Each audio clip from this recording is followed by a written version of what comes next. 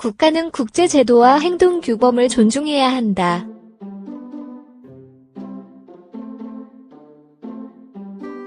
국의 국가주의는 이웃 국가들과의 관계뿐 아니라 인도아시아 태평양 지역의 평화와 안보에 오랫동안 헌신해온 미국과의 긴장을 고조시키고 있다.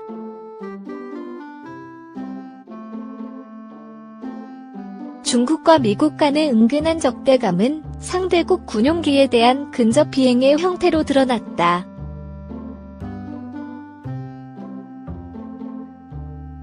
(2016년) 중국 군용 제트기 2대가 미국 정찰기 근처를 비행하면서 양국 사이의 팽팽한 군사적 긴장감을 보여준 것이다.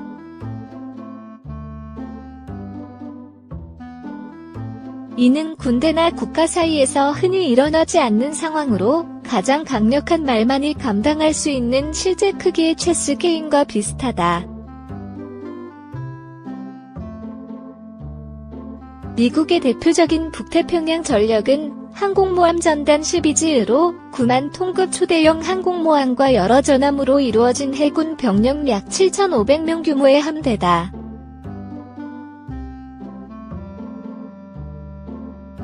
(12지는) 전 세계에서 미국의 안보 의지를 수호, 방어, 유지하는 미국 해군류의 센 전진 작전 역량의 핵심을 차지하며 중국도 이를 잘 알고 있다.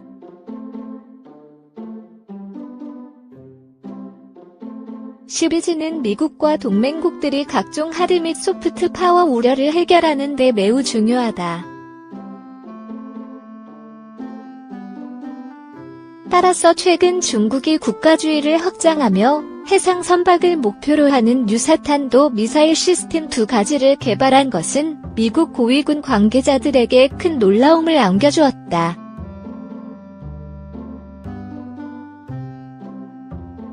중국에 대한 탄도 미사일 ASBM 체계는 특히 중국이 세력 확장을 꾀하고 있는 남중국해에서 12지 등 외국 병력이 자국 근해에 접근하는 것을 효과적으로 억제할 수 있는 사거리와 역량을 갖추고 있다.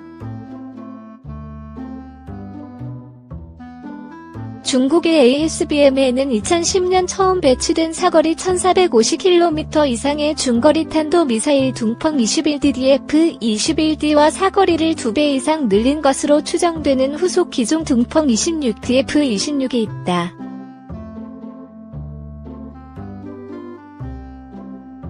ASBM 플랫폼은 매우 먼 거리의 선박을 목표로 미사일을 초음속으로 발사할 수 있는 발사 체계를 갖추고 있다.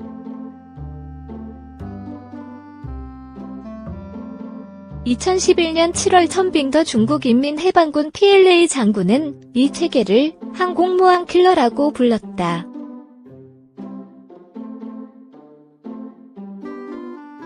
이러한 무기는 현대의 통신과 탄도 미사일 기술을 결합하여 중국에게 매우 뛰어난 반접근 지역 거부 A2AD 역량을 제공하게 된다. 중국의 국가주의를 보여주는 ASBM 기술은 중국의 영향권 확대 노력의 일환이다. 이러한 노력은 중국 근해에서의 중국의 발걸음보다 더 큰 문제를 안고 있으며 장기적으로 중국의 해가 될 수 있다.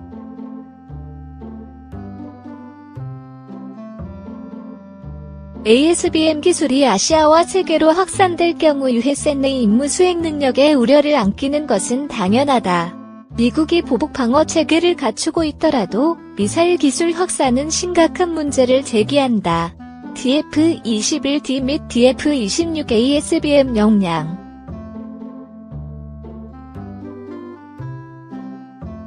ASBM 체계가 통신과 지리 위치 기술을 사용한다는 점에서 중국의 ASBM 개발은 초음속 발사 체계의 획기적인 사건이 될 수 있다. 기존 미사일 기술을 크게 뛰어넘는 DF-21D는 중국 우주항공 과학산업이 제작했으며 독립적으로 목표를 지정하는 재진입 발사체 페이로드를 장착할 수 있는 것으로 알려져 있다.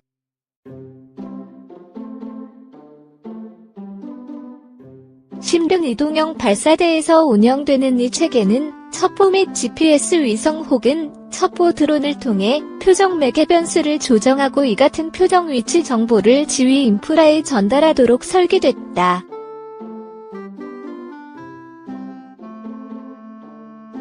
검증된 이 기술은 로켓과 미사일 체계 분야의 역량을 크게 발전시킬 전망이다. 남중국해의 면적은 약 183만 제곱킬로미터에 이른다. 따라서 원거리에서 9만 톤급 함선을 타격할 수 있는 미사일은 전략적 우위를 제공한다.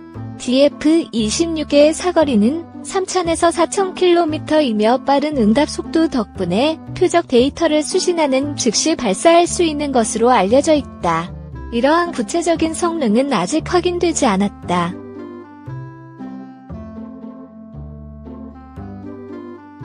핵 억제력 측면에서 생존성은 신뢰성과 같다라는 격언이 있는데 이동성은 생존성을 크게 향상시킨다. 이동형 중장거리 발사대와 잠수함 발사탄도 미사일은 국가의 핵 역량을 크게 강화한다.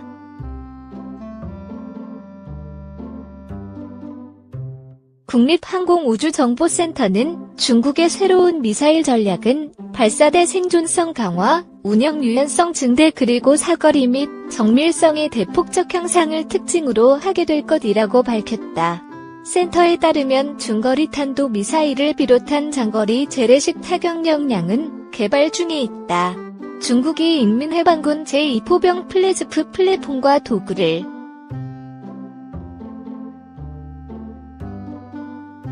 개발한 과정을 이해하는 것은 긴장 고조 시 어떠한 지역 이해가 가장 중요하고 이웃 국가가 중국의 어떠한 A2AD 무기 체계와 맞서게 될지 예측하는 열쇠를 제공한다. 미국 국방부의 2015년 PLA 보고서에 따르면 중국이 생산한 중거리 ASBM과 발사대의 수는 제한되어 있지만 이 기술은 중국 해안에서 900캐리 내에 접근하는 적 항공모함을 위협하도록 개발됐다. DF-21D 및 DF-26 무기 체계의 구조와 상대적으로 작은 크기도 중요하다.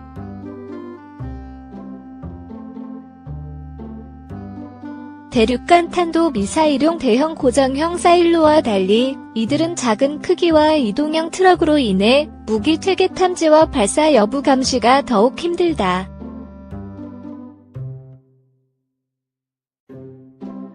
지역 거부가 전쟁에서 새로운 개념은 아니다.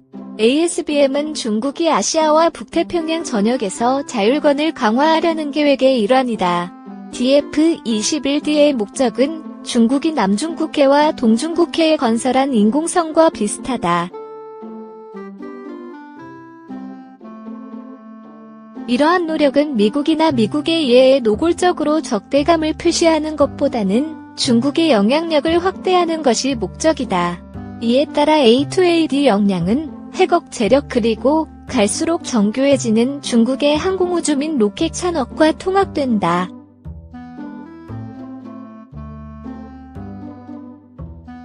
차이나데일리.com에 따르면 시진핑 중국 주석은 2012년 12월 플레즈프 장교들과 함께 한 자리에서 군을 중국이 가진 전략적 억제력의 핵심, 강대국 지휘를 위한 전략적 지원, 국가 안보를 보호하는 중요한 주춧돌이라고 묘사했다.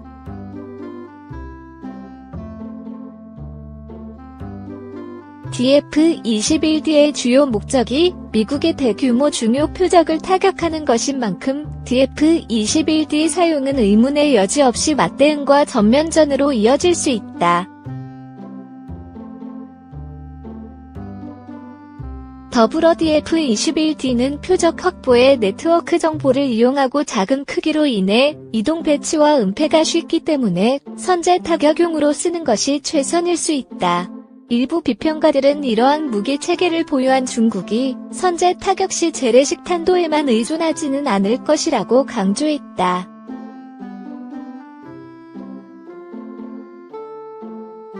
중국은 핵무기를 먼저 사용하지 않는다는 정책을 갖고 있기 때문에 강력한 억제용 무기를 개발한 것일 수도 있다.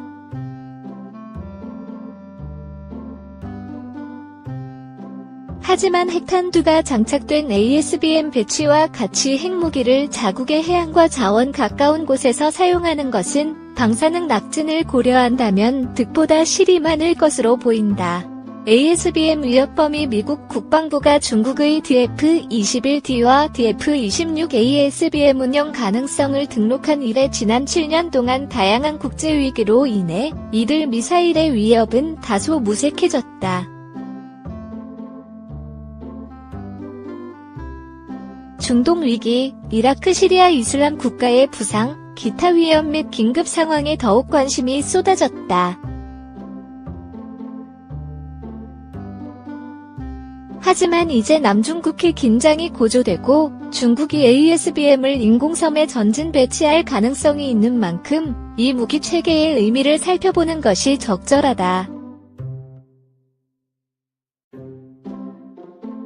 USN을 비롯한 세계 각국 해군들은 공격해오는 발사체를 감지하고 무력화하기 위해 막대한 자금을 투입하여 팔랑크스 근접 요격 무기 체계와 같은 근접 및 중거리 방어 체계를 개발하고 있다. 하지만 이러한 방어 체계는 함산으로 돌진하는 탄도 미사일은 전혀 조준하거나 무력화시킬 수 없다. 2008년과 2015년 미국 국방부는 이지스 방어체계에서 발사된 수정 SM-3 블로킹 미사일을 사용하여 궤도상의 위성을 타격하고 탄도 미사일을 차단하는 능력을 시연했다.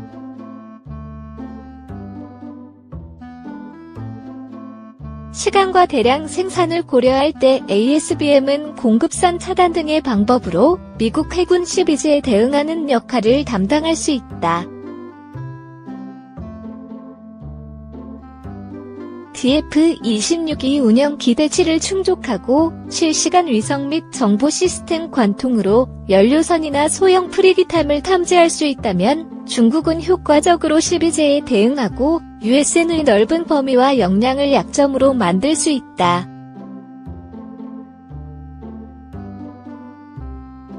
ASBM은 지역 거부의 목적이 있을 수 있지만 높은 운영 비용을 주목해야 한다.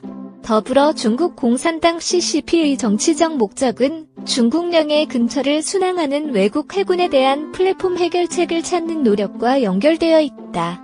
하지만 USN을 단순히 공격용 정책 도구로만 보는 시각은 USN이 글로벌 안정성 유지에 기여하는 역할을 과소평가하는 것이다.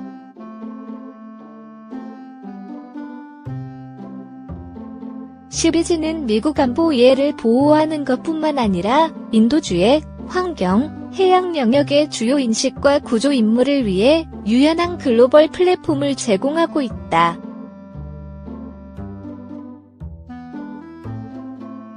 시비즈는 멀리 떨어진 해안에 도달할 수 있는 이동형 플랫폼을 통해 항공 수송과 전문 요원을 신속하게 제공한다. 오늘날에는 공해에서 안보 및 사법 활동을 펼치는 동시에 필요한 재해 구호와 인도주의적 지원을 제공할 수 있는 함대의 존재가 필수적이다.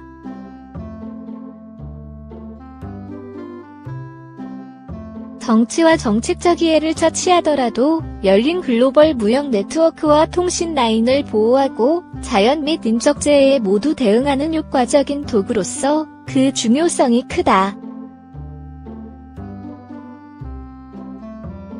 21세기의 국가들은 세계화된 무역, 복잡하게 얽힌 경제, 자원 부족과 해외 시장을 통해 그 어느 때보다 더욱 긴밀하게 연결되어 있다. 이렇게 얽힌 우선순위는 경쟁관계의 국가들을 특수한 방식으로 연결함으로써 세계를 보다 안전하게 만들 것이다. 다양한 국가 사이의 경제관계는 해상 교통로 셀로크, 무역, 상업 동맥을 기반으로 하는 표준화 해상 운송에 크게 의존하고 있다.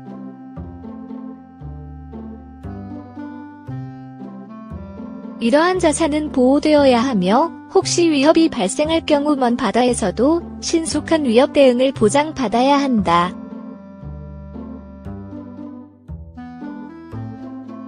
시비즈는 이동 및 대응 범위와 속도가 매우 뛰어나기 때문에 이러한 보장을 제공하고 있는데 이러한 기능에는 큰 비용이 소요된다. 글로벌 이해 관계 초대형 항공모함과 지원 함대는 핵심적인 임무 유연성을 제공하는 최고의 플랫폼이다. 유지, 인력, 물류 지원에 필요한 경비에도 불구하고 12지는 세계가 필요로 하는 안정을 유지하는 데 비용 대비 효과적인 수단이다.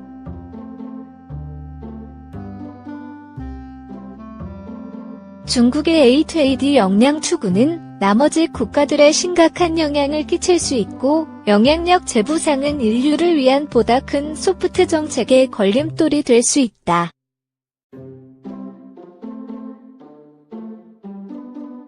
국가가 경제를 유지하기 위해 여러 강대국의 눈치를 보고 새로운 조공이 증가할수록 평등주의 이념, 인권, 자원 부족 그리고 기후변화 및 오염과 싸우기 위한 세계적인 노력은 더욱 큰 어려움에 봉착하게 될 것이다.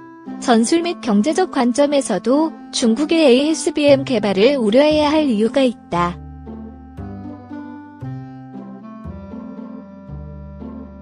중국은 말라카 해협을 통해 다량의 에너지 자원을 수입하고 수출품을 수송하고 있다. 광범위한 활동 지역 거부로 12지는 중국 연안 해역이나 아시아 근해 지역에 접근하지 못하게 될 수 있다. 하지만 이러한 접근 거부는 중국에게 경제적인 지명타를 줄 가능성이 매우 높다. CCP가 지속적인 경제 성장과 안정을 바탕으로 리더십을 유지하라는 국내적 압박을 인식하고 있는 이상 중국은 다른 나라와 마찬가지로 세계화된 세상에서 이런 종류의 공세를 지속할 수는 없다.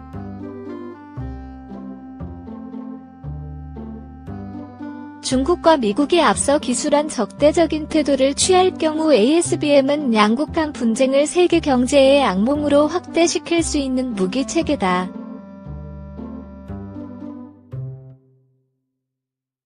ASBM은 북태평양에서 USA 내 물리적 역량을 차단하도록 특별히 설계된 무기체계로 계속 확산될 경우 USN이 활동하는 모든 해역까지 영향력을 넓히게 된다. 12지는 단순한 군용 플랫폼이 아니라 슬로크에서 무역이 이루어지게 하는데 큰 역할을 담당하는 함대다. 실시간 조준 능력과 초장 사거리를 갖추고 감지가 어려운 재래식 무기는 확산이 허용될 경우 핵무기에 버금가는 파괴력을 가질 수 있다. 확산 방지.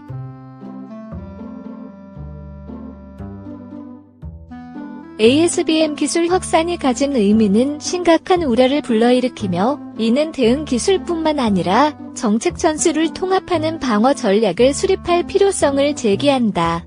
대응 기술의 경우 몇 가지의 첨단 방어 전략이 잘 알려져 있다. 그중 하나는 무기 배치에 필요한 통신 네트워크를 교란시키는 사이버 첩보 및 차단이다.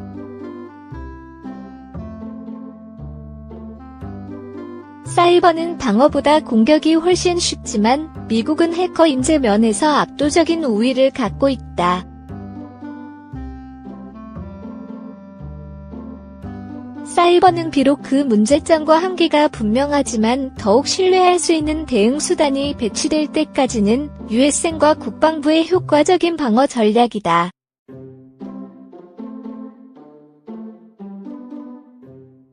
특히 ASBM 배치에는 PLA 해군과 플래지프 사이의 효과적인 조율이 필요하며 이러한 조율은 의도한 시스템 기능을 보장하기 위해 지휘, 통제, 통신, 컴퓨터, 정보, 감시 및 정찰 인프라에 크게 의지한다.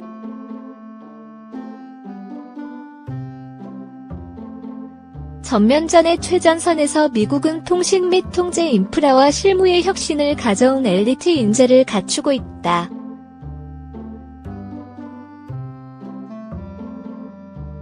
미국 군대와 정보기관은 목표 확보 통신을 교란하는 등의 방식으로 ASBM 위협을 즉시 무력화시킬 수 있다. ASBM 체계 운영의 많은 약점은 이미 노출되어 있을 수 있다. 미국 12제에 대한 위험과 더불어 세계 연안 국가들도 자국의 해군과 상선이 위험하다고 인식하고 첨단 잠수함 함대와 같은 대응 방법을 추진할 것이다.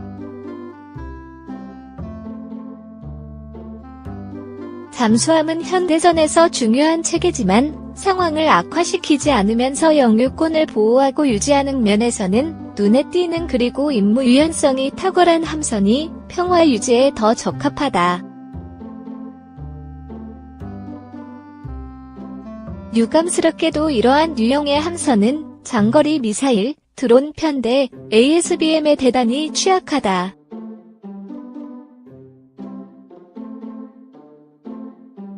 잠수함은 분쟁이 발생하면 은밀한 기동과 선제 타격 능력 같은 장점을 발휘해 함선의 취약성을 훌륭히 극복하게 된다. 이러한 위협의 범위와 영향력 그리고 대응 기술의 제한을 고려할 때 ASBM 플랫폼의 확산을 억제하기 위한 무기 제한 협약을 추진해야 한다. DF-21D와 DF-26이 세계 최초의 ASBM은 아니다.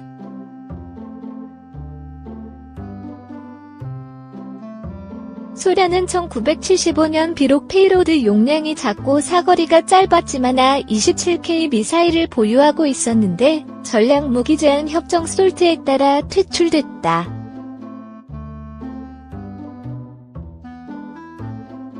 게다가 현재 GFDF라 불리며 최소 7차례 시험 비행을 거친 중국의 실험용 54 극초음속 활공 비행체는 매우 먼 거리에서 이동형 선박을 타격할 수 있는 발사 시스템을 제공한다. DF-26은 이러한 대함탄두를 적재할 수 있다. 미국 정책 결정자들은 다자간 참여 전략을 이끌어 이러한 역량의 확산을 제한해야 한다.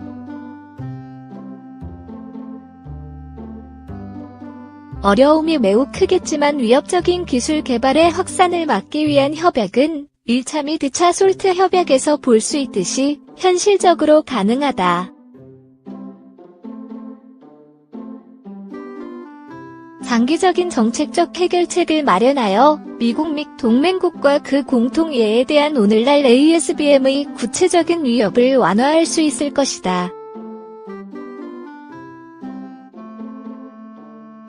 헤이그 중재재판소와 국제연합과 같은 조직은 국제 구조와 규범을 강화하는 데 큰 성과가 있었다.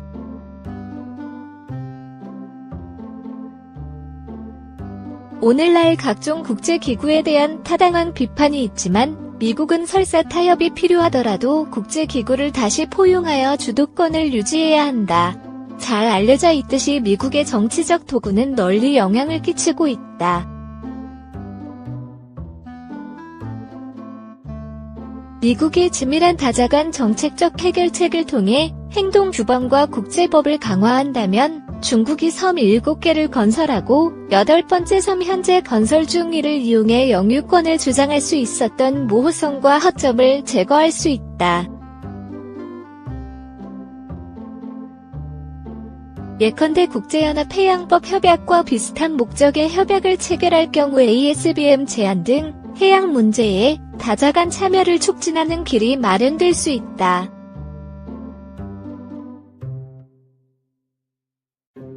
다자간 협약을 통해 재참여를 꾸준히 추진하면 장기적으로 국가 행동 규범을 공고히 하고 국제중재기구를 강화하는 결과를 이룰 수 있다. 미국과 동맹국들은 특정 정책 도구와 제도를 10분 활용하여 잠재적인 분쟁 비용을 줄이고 신흥 강국의 위협 확산에 대응하는 동시에 국제연합과 기타 국제기구를 강화할 수 있다.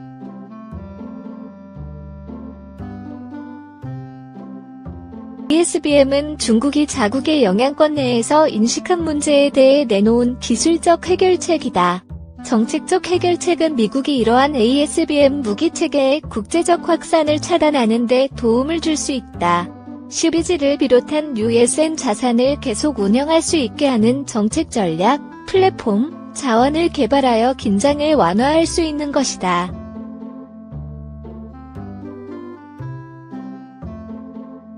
미국과 네이토 지도자들은 현재 진행 중인 남중국해 분쟁의 교훈을 통해 자원 경쟁이 국경과 해로울 넘어 확대되기 전에 국가들의 부정적인 행동을 차단할 수 있는 차세대 국제법을 개발해야 한다. 중국처럼 행동하며 작은 이웃 국가를 도발하거나 침범하려는 국가에 대응하기 위해서는 경제 및 시장 파워를 활용하고 빠르게 다변화되고 있는 개발도상국 노동시장을 이용하는 것도 중요할 것이다.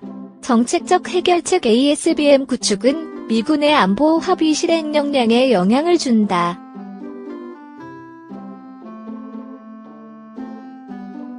핵폭탄이 야전에서 사용되는 대규모 부대의 장점을 축소하여 산업전의 양상을 바꾼 것처럼 첨단 로켓과 통신 인프라도 타격 정밀성과 사거리를 강화하여 해전 공식과 국가의 영향권 인식 방법을 바꾸어 놓았다.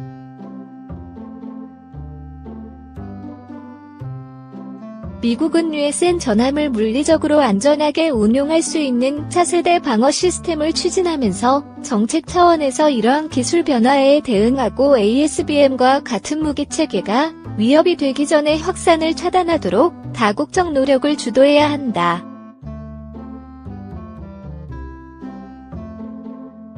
과거의 무기제한 조약에서 알 수 있듯이 이러한 위협의 기술적 측면은 합리적인 협약을 체결할 수 있을 때까지 전 세계 군대가 서로 대응하기 위한 지속적인 개발 고리에 빠지게 됨을 의미한다.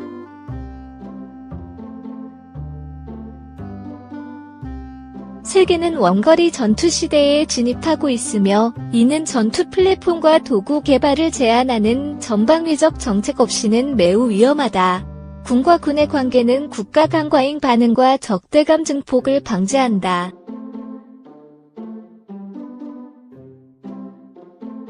세계 지도자들은 분쟁을 해결할 때 인간 요소를 명심해야 하며 이는 군 차원에서 종종 이루어지는 국가 간 전문 실무 관계를 통해 달성하는 것이 최선이다.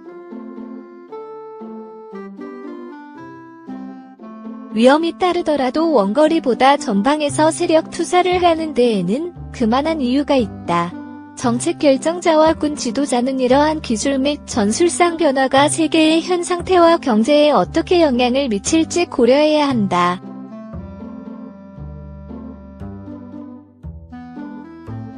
전쟁을 막으려면 열린 슬로크가 유지되어 무역을 가능하게 하고 정부와 군 사이의 인간관계가 유지돼야 한다. 세계화된 경제는 현대 세계의 단면인 동시에 대규모 산업전쟁을 방지하는 수단이지만 세계 정치의 영향을 받지 않을 수 없다. 여전히 자원 부족과 경쟁으로 분쟁이 일어날 수 있다. 정치적 의지를 올바로 적용하여 ASBM 기술과 유사체계의 잠재적 위협을 줄이지 않을 경우 USN이 지난 반세기 동안 보장해온 국제무역과 통신이 사라질 수 있다.